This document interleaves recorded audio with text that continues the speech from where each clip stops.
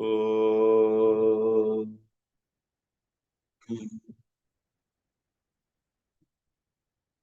Krishnaya Vasudevaya Haraye Paramatmane Pranatakleshanashaya Govindaya Namo Namaha. Though short, this 12th chapter, as we have been seeing, is full of most wonderful messages, and in some ways, this 12th chapter actually simplifies the whole spirituality for you and me. In simple terms, it talks to us, it tells us how on different levels we can practice spirituality. Those of us who are much advanced must try to and will try to fix our mind always in God. Otherwise, we do it no matter whatever work we are doing. Otherwise, we offer the results of all actions to God, surrender to Him. We saw that portion. And then we began a portion starting from the 13th verse. And these are the marks of spiritual excellence. Going by Sri Shankaracharya's commentary, we regard it, this portion, as a description of Akshara Upasakas. Akshara Upasakas, those who have reached a very high level of steady contemplation upon the imperishable, which by context means the formless, the nameless, and the indescribable. So how can anybody meditate on something that is indescribable? This we have touched upon before. It's a very subtle exercise. You may meditate upon what is indescribable by letting go, negating all that is describable. Moment a form comes, you let go of it. Moment a name comes, moment a color comes, moment a memory arises. You neither fight with it, nor do you indulge in it. That's the beauty of Nirguna Nirakara Upasana. You do not indulge in it, you do not resist it. Then it goes away on its own. You and I do not realize that none of our psychological problems on its own holds us captive. It is we who breathe new life to those negativities again and again. If we learn the art of quiet observation, a whole lot of negativities drop off. Like in the Western countries especially, autumn, which is called the fall, is known for all the leaves falling off. So the season is called the fall. All the leaves of majority of the trees fall off. Before falling off, they come out in so many colors. Before for a month or two, it is a grand spectacle. I guess in the United States, they praise a state like Vermont. You must go to Vermont to see the fall colors, they say. But wait a little more. If you have missed those couple of months where vibrant, brilliant colors, many colors are upon the trees, the opposite you will see. If you are late, you will see all those trees having no leaves at all. They fall off.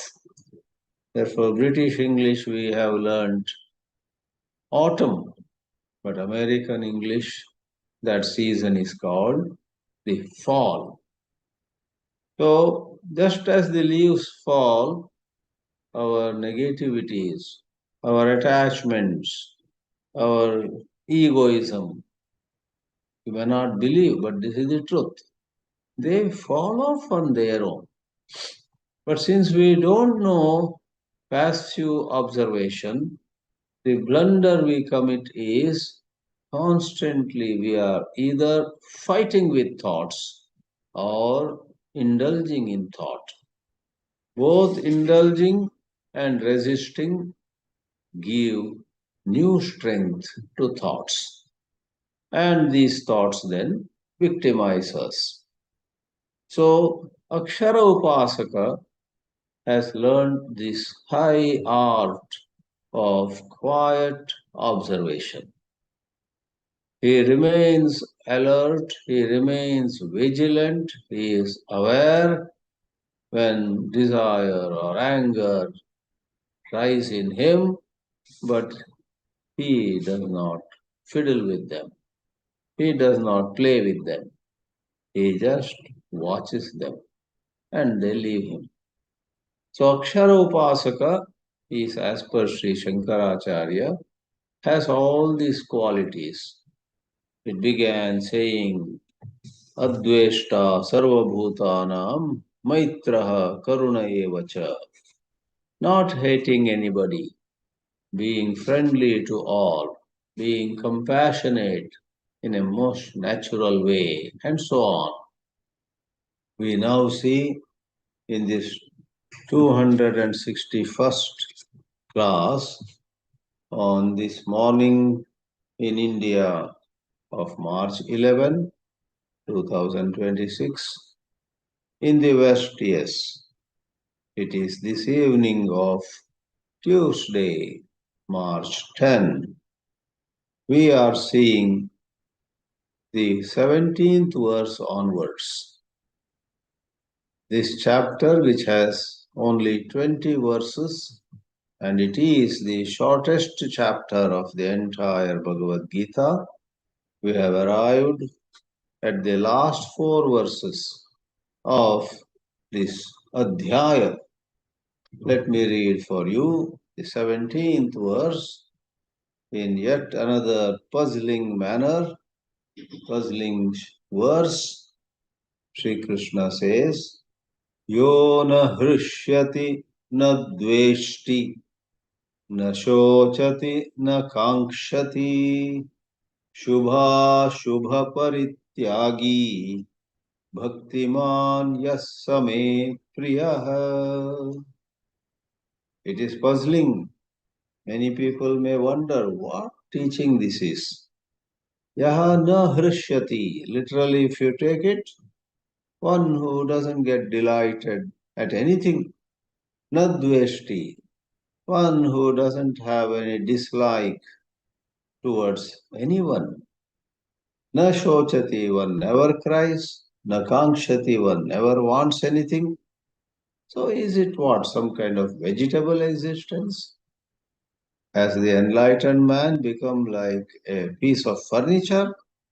A table doesn't want anything, doesn't feel happy or sad, doesn't desire, doesn't cry. But we don't want to become a piece of furniture. To cry, to laugh, and at times to desire something. And when we don't get what we desire, to feel sorry about it. All this is life. The shloka seems to describe someone who is lifeless. No. Therefore, we have always made an important clarification with these verbs, hrishyati, dveshti, shochati, kankshati, etc. We must take as implied in an egoistic manner. One who doesn't celebrate because of his own victory in contrast to somebody's defeat. That idea, she lost, I won, that party lost, that team lost, and the team in which I am has won. Aha! That kind of making divisions is unspiritual. That is the egoistic state of mind. In the non-egoistic state, one is equal to all. Therefore, when they asked Ramana Maharshi, what is the mark of enlightenment? His answer, as found in the very first chapter of Sri Ramana Geetā, was Sarva Bhuteshu Samatvena Lingam Uhyatam.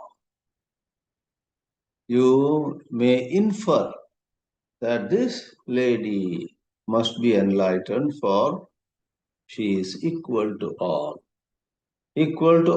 life forms. Sarva Bhuteshu Samatvena Jnanasya Lingam Uhyatam. There is a line in the Ramana Geetā. And therefore, there is no question of my victory or somebody's victory.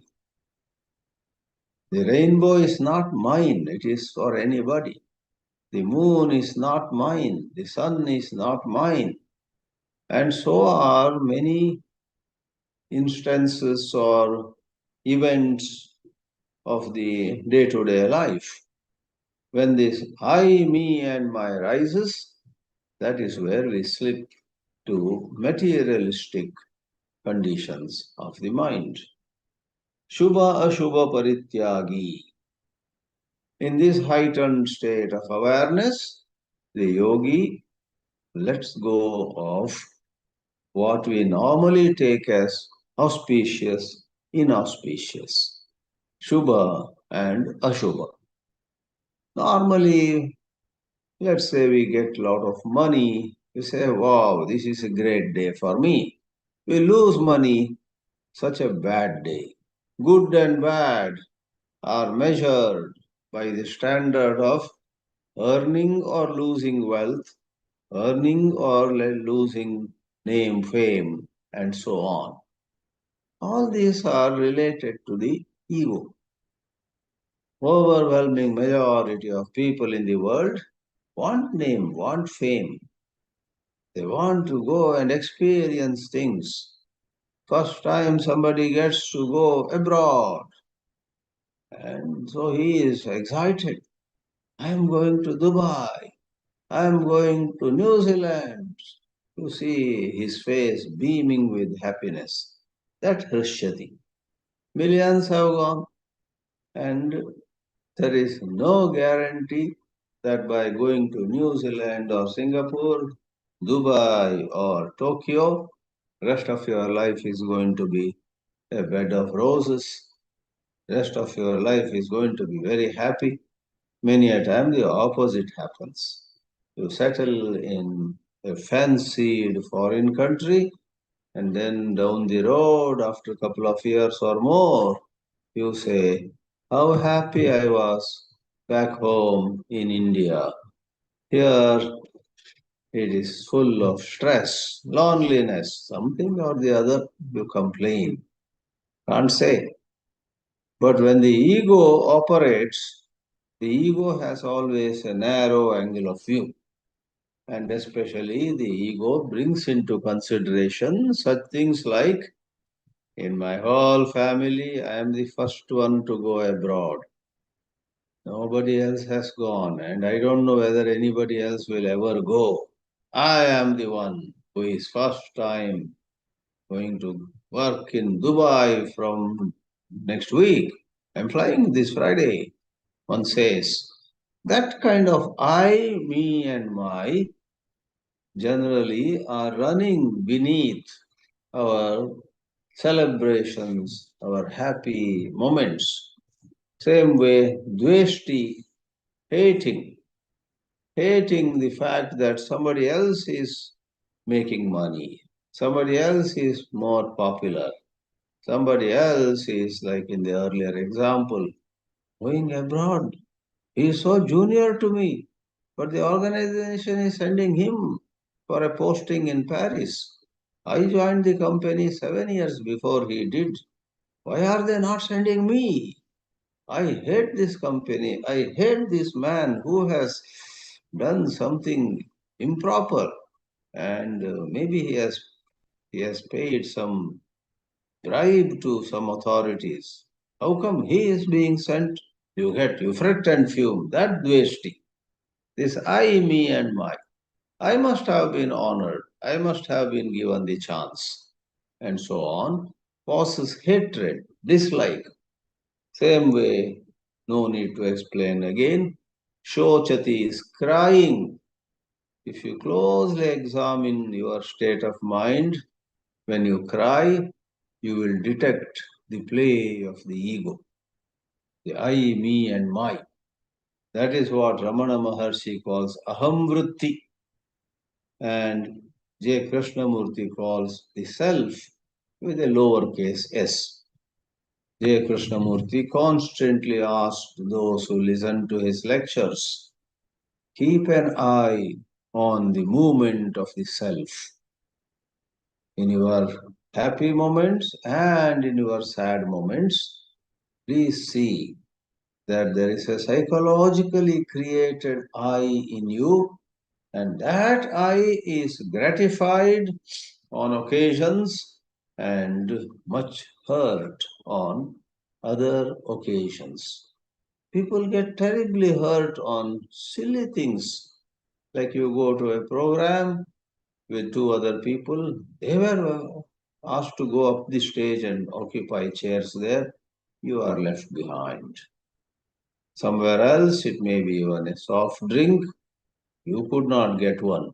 Others were offered. By the time they wanted to offer to you, it was over. So you had to just drink plain water. I ate humble pie, they say, using an idiom. I had to eat the humble pie. That means everybody else went ahead. I stayed behind. What is this I? That is the ego. Maharshi Ramana called it the I thought. Actually, whether you got that soft drink or not, whether you sat on this platform or not, on the stage or not, whether you were garlanded or not, how does it really matter? The garland sometimes can be a problem.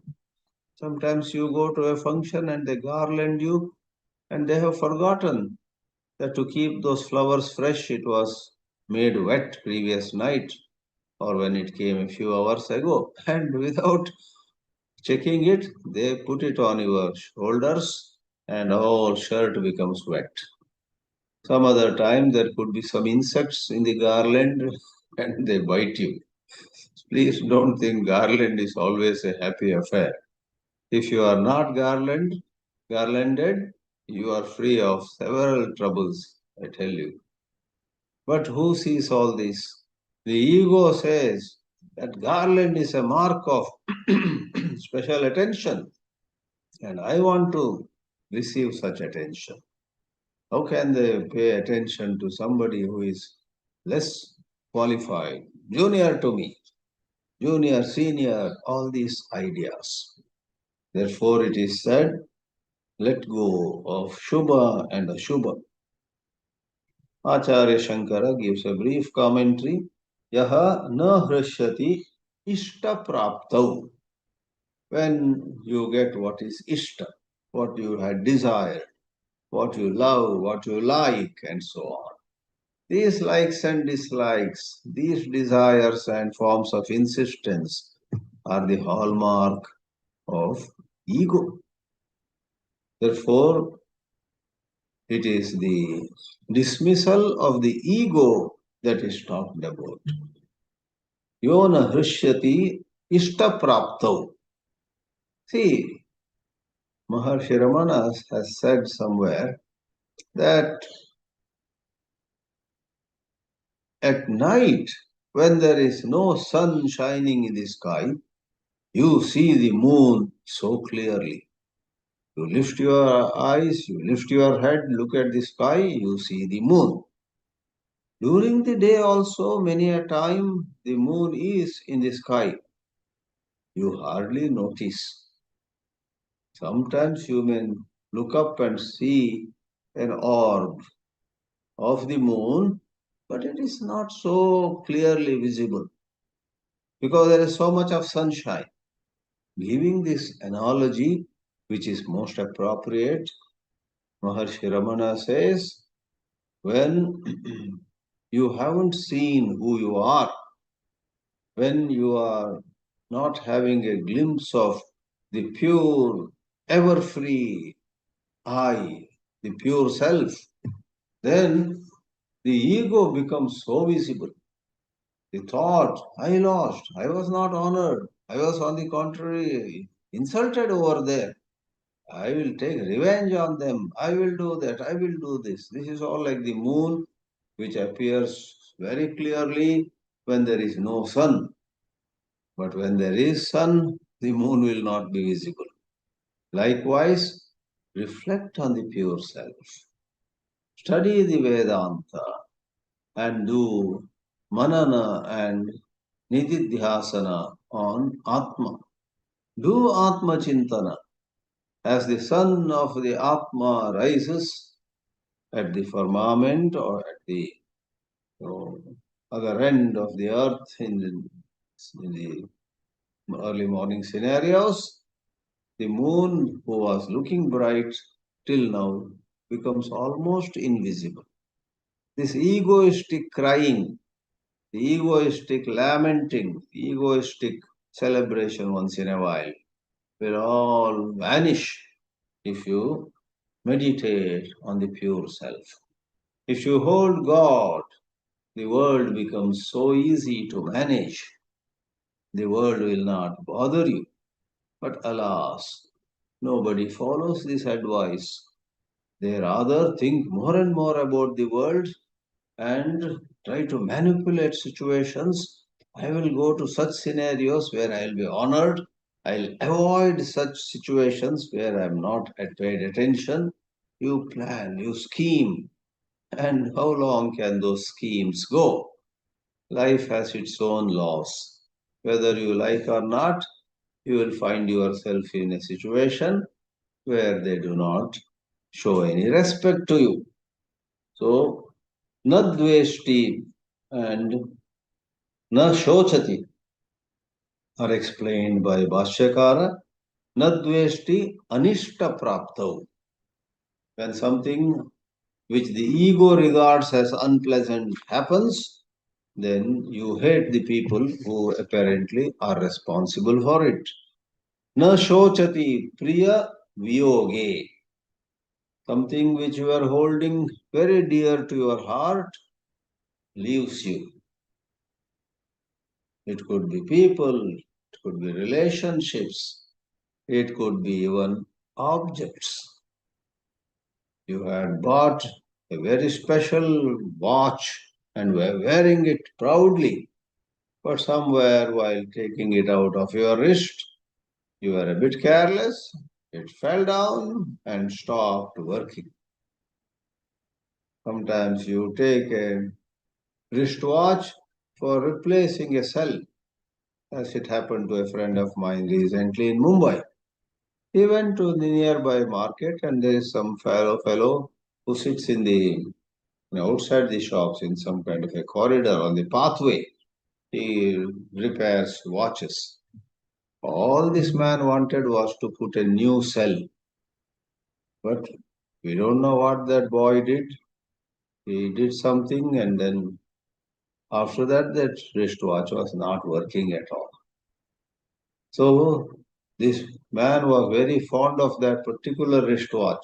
Maybe there was some sentimental attachment also. And when just a battery cell had to be replaced, something else happened and the watch just would not work. The boy said, leave it with me for a few days, all that, but no confidence. This man came back with his favorite watch, now not working, was crying. So, Priya Viyoge, what was very pleasing to him, now has left him as though. It could be relationships, it could be a whole lot of situations in life. In daily living, here we cry and over there we laugh. All that is a dreamy level. One must wake up to be free of them. Then there is kankshati. Nacha apraptam kankshati. While the previous matter was related to losing what you love, this one is wanting what you love, but apraptam. You don't have it, so you want it. But there is no such thing in the case of an Akshara Upasaka who has reached certain heights. This person who is so advanced, so clear, this person has done a lot of manana. This person has put in hard work, and rather than just watching some entertainment or looking at some WhatsApp videos, etc., these days, this person, whenever he got a little time here and a little time there, contemplated on God, on the Akshara, on the imperishable truth, taking help maybe of some verses, some mantras. They are all helpful. Use some lines from a very good, very inspiring passage by some master, some guru, dwell on it. And then you will find your mental atmosphere changes. Sustained sadhana like that will leave you with such a healthy mind. When something you at one time had desired doesn't come to you, you are not sad. Or when it comes to you, you are not unduly happy. You say, how good, how actually I had forgotten. I had applied for this 7 years ago. Now I got the allotment. Maybe a flat is allotted. Maybe a piece of land is allotted. Maybe some gold came your way. But now these do not matter much to you. You neither are against them, nor value, or nor are you at this present moment hankering after them. Shubha Shubham Karmani Parityaktum Sheelam Asya Iti Shubha Shubha Parityagi. Shubha and Ashubha both leave this person. Because what made something Shubha and what made something else Ashubha? It is the egoistic mind. Of course, there are objective, functional, physical areas. Let's say there is a fragrant flower kept near you, whether you are spiritually ignorant or evolved and enlightened, you will enjoy that fragrance. In contrast, you take a room in some place, then within a couple of minutes you smell something very foul. You try to rest upon the bed and the linens have bad smell. These are functional things. Don't say if the linens are foul or smelling bad. I think it is my ego that is acting up. There is no ego over there. These are physical outer things. And this present topic doesn't relate to them. The present topic is talking about whatever around you, objects or even behavior of people, let's say, whatever outside you, doesn't have to necessarily bother you, but you are bothered. Many others are not bothered about it. If you are bothered, others are not, then there is some programming in your mind, there is some conditioning in your mind, and that conditioning has set up this egoistic process of thinking. And you cry, when it is not favorable.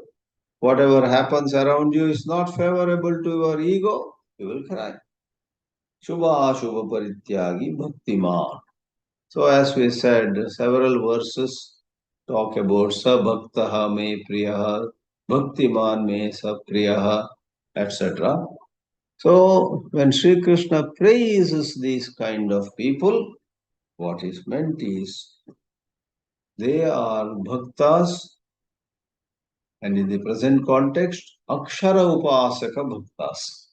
We took up this issue, then why do you call them bhakta? That is not bhakti marga.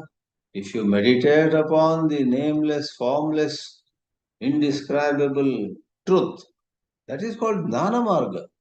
Why is the word bhaktiman used here? In the 7th chapter, as Sri Shankaracharya also refers to it, the fourth kind of bhakta, who is the dearest to God, he is a jnani.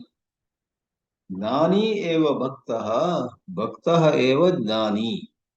Artho jijnasur artharti, jnani cha bharatarshava. Fourth kind is jnani.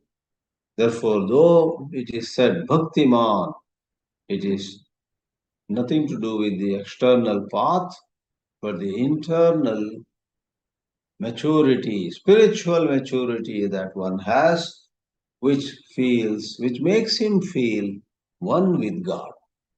Jnani tu atmaiva me mataha, says 7th chapter. The Jnani is me myself. Jnani and I are one, says Sri Krishna. So, next verse opens one more dimension. Samashatrau cha mitre cha तथा मानापमानयोः शीतोष्णसुखदुःखेषु समः सङ्गविवर्जितः शत्रौ मित्रे च समः. S-A-M-A of Sanskrit, sama, is same as S-A-M-E in English, the same. Shatru or Mitra, for this yogi, they are the same. Please do not mix it up with some functional behavior. If you are, especially let us say, a police officer or an army man, and there is a conflict, there is a war, there is some kind of, the police many times counter, some antisocial elements are trying to do something. Then don't say antisocial elements or people doing social service. For me, all of them are one. So these things are not to be looked at from some narrow angles of view.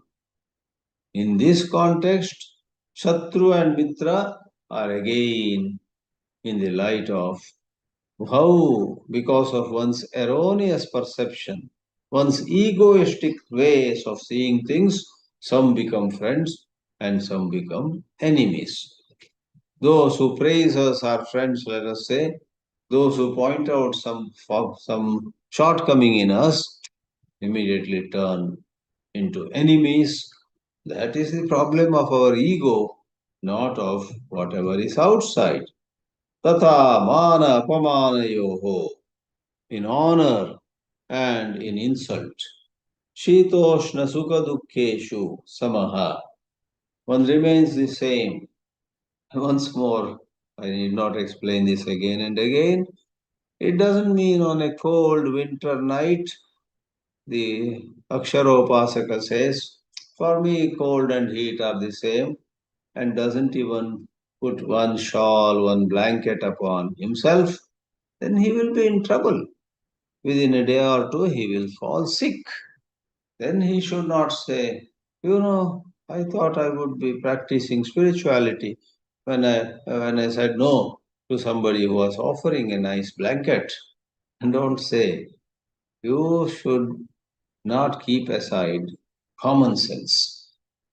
Going by common sense, if it is really cold, get a blanket or accept a blanket somebody has offered.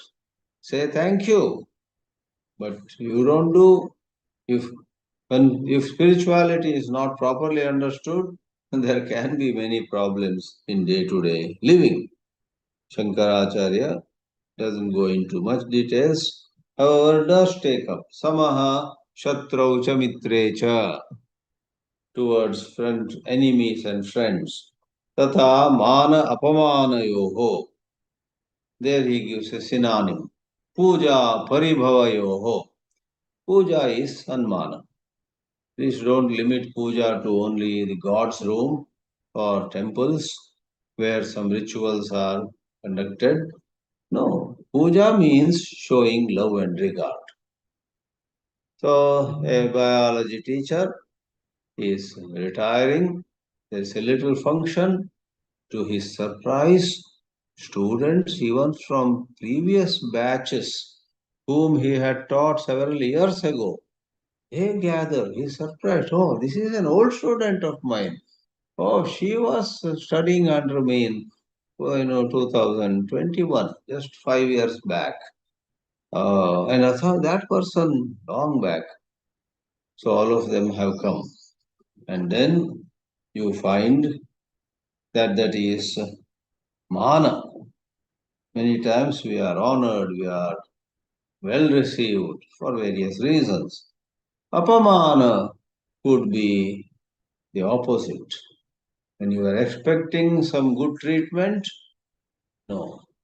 People were indifferent to you. They didn't even seem to notice your presence. They were attending to others. So in all this, the ego comes into picture.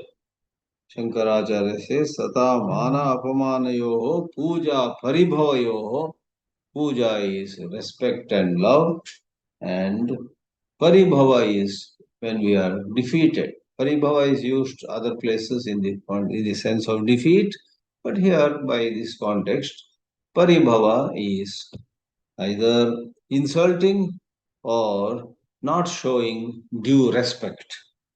In all these samaha, samaha, samaha, sarvatra cha samaha, and there is one more word, sangha varjita. By simply deciding not to bother about whether people praise us or not, you can't go far. Whereas if you study spiritual truths and when certain sense of belonging here and belonging there arises in you, you have to question it. Do I really belong to any community? Do I really belong to any particular group? And then you go to a higher stage. The same higher stage, higher philosophy of the Vedanta tells you you don't belong to anyone, nobody belongs to you, therefore do your work and move on. Don't get attached to anybody. Whereas if your mind is totally quiet, you will not be having all these psychological problems at all. Sarvatra cha sangha vivarjita. Everywhere, this Akshara Upasaka is freed from various forms of attachment. In life, many a time, we do succeed in reducing our attachment to X or Y, but before we realize what is happening, some other A, B, or C come into the picture.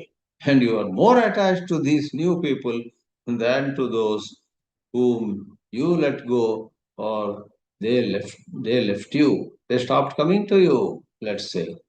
Therefore, this is also with tremendous connection to Atma Jnana. It is not through deciding, okay, these are the do's and these are the don'ts. Tomorrow onwards, I'll strictly follow them. There's a place for that practices or regularity of certain things. That's different. But when you actually are free of attachment, you enjoy an inner silence. In fact, you can be silent even when outwardly you are speaking. Silence and activity, silence and sound, silence and speech, they can go together when you learn the art of remaining silent. Because true silence requires more than the outer features like no sound, everything is so quiet, and so on. The state of freedom from ego is at rest without wanting or seeking anything outside. Everything delights him sometimes. Nothing actually bothers him at other times. Therefore, Same Bhakta Priyaha, Bhaktiman Yascha Same Priyaha. In several such ways, Sri Krishna praises them. In the next class, we will see the remaining two stanzas and a regular revision of these shlokas. 30 into 28 shlokas can be terrific, for it holds a mirror to us, and we will know how our face is. In a regular mirror, if there is some stain, if there is something sticky on your cheek, once you see the mirror, you can remove it. Oh yeah. Likewise, scriptures are like a mirror. When scriptures talk about behavior, people who are bound, people who are free, all are described. Even as you study the scriptures, within a few moments you say, oh, wow, this is so true, and this is nice, and you go by what is nice. Your way of living is transformed slowly. Let's see the last verse in the next class. Om Namo Bhagavate Vasudevaya.